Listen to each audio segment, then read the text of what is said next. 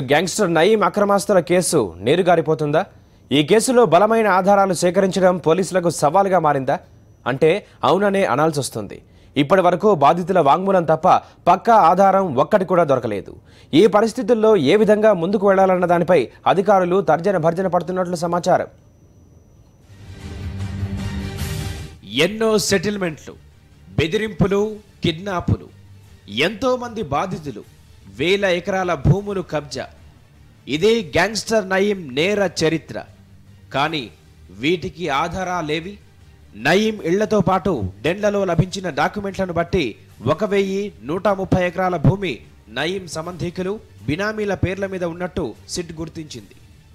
ఇక తెలంగాణతో పాటు గోవా, ఛత్తీస్గఢ్, ఆంధ్రప్రదేశ్ తదితర రాష్ట్రాల్లో 24 ఇళ్లను నయీం తన సంబంధికుల పేర్ల మీద పక్కాగా రిజిస్ట్రేషన్ చేయించాడు. వాటికి సంబంధించి అన్ని పత్రాలు చట్టపరంగా సక్రమంగా ఉన్నాయని, వాటిని జప్తు చేసుకోవడం అంత సులభం కాదని న్యాయ నిపుణులు పోలీస్ శాఖకు స్పష్టం చేసినట్లు తెలుస్తోంది. భువనగిరి, యాదాద్రి, మిర్యాలగూడ, షాద్నగర్, కల్వకుర్తి, శంషాబాద్, నార్సింగ్, నల్లగొండ ఇలా పలు ప్రాంతాల్లోని తమ భూములను నయీం తక్కువ ధరలకే లాక్కున్నాడంటూ 204 మంది సిట్కు ఫిర్యాదు చేశారు. అయితే 10 నుంచి 15 ఏళ్ల కింద జరిగిన ఈ భూ కబ్జాల్లో ఆధారాలు ఏ విధంగా సేకరించాలనేది సవాలుగా మారింది. పైగా బాధితులు స్వయంగా సంతకాలు పెట్టారు.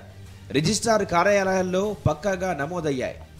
బాధితుల వాంగ్మూలం తప్ప అదనపు ఆధారాలేవీ లభించలేదు. ఈ వ్యవహారాల్లో ఛార్జిషీట్ దాఖలు చేశాక కోర్టులో జరిగే వాదోపవాదాలపై ఆధారపడి జప్తు ఆదేశాలు వెలువడతాయి. కానీ ఛార్జ్ షీట్ వేసేందుకు నయీం ఇంట్లో దొరికిన అకౌంట్ బుక్, బాధితుల వాంగ్మూలం సరిపోతాయా? కోర్టులో ఇవి నిలబడతాయా అన్నది సందేహంగా మారింది.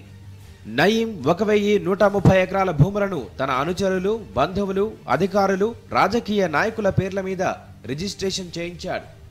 వారంతా ఆయా భూముల కొనుగోలుకు సరిపడా ఆదాయ మార్గాలు చూపిస్తే వాటి జప్తు సులభం కాదని న్యాయ నిపుణులు స్పష్టం చేసినట్లు తెలుస్తోంది.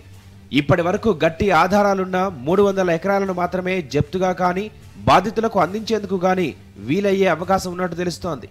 అయితే చట్టపరమైన ఆదాయ మార్గాలు లేని నయీం కోట్లు విలువ చేసే 24 ఇళ్లు కొనుగోలు చేయడంపై ఐటీ శాఖ దృష్టి పెట్టింది. ఈ విషయంలోనూ ఆ ఇళ్ల యజమానులు ఐటీ శాఖకు ట్యాక్సులు కట్టేస్తే ఎలాంటి సమస్యలు ఉండవని న్యాయ నిపుణులు అంటున్నారు. ఇక నయీం అక్రమాస్తుల కేసులో పోలీసులు వేసే ఛార్జ్ షీట్లో బలమైన ఆధారాలుంటేనే ఎన్ఫోర్స్మెంట్ డైరెక్టరేట్ రంగంలోకి దిగే అవకాశం ఉన్నట్టు తెలుస్తోంది. ఛార్జ్ షీట్లలో మనీ లాండరింగ్, అసంబద్ధ పెట్టుబడులను స్పష్టమైన ఆధారాలతో చూపించగలిగితేనే ఎన్ఫోర్స్మెంట్ డైరెక్టరేట్ ఆ కేసులను పరిశీలిస్తుందని ఆ వర్గాలు స్పష్టం చేశాయి. ఇదిలా ఉంటే నయీం చేసిన భూ కబ్జాలకు సంబంధించి తన డైరీలు, ఖాతా బుక్కుల్లో స్పష్టంగా రాసుకున్నాడు. ఈ డైరీలు, అకౌంట్ పుస్తకాల్లో ఉన్న ఆధారాలను ఛార్జ్ షీట్లో పేర్కొన్న సిట్ వర్గాలు పోలీస్ అధికారులు, రాజకీయ నాయకులతో ఆయనకున్న సంబంధాలను ఎందుకు ఉపయోగించుకోవడం లేదనే ఆరోపణలు వెల్లువెత్తుతున్నాయి. నాయకులు, పోలీసులతో నయీం సాగించిన సెటిల్మెంట్ల కేసులను ఎందుకు ఆధారాలుగా వాడుకోవడం లేదన్న విమర్శలు వెల్లువెత్తుతున్నాయి. సాక్షి న్యూస్, హైదరాబాద్.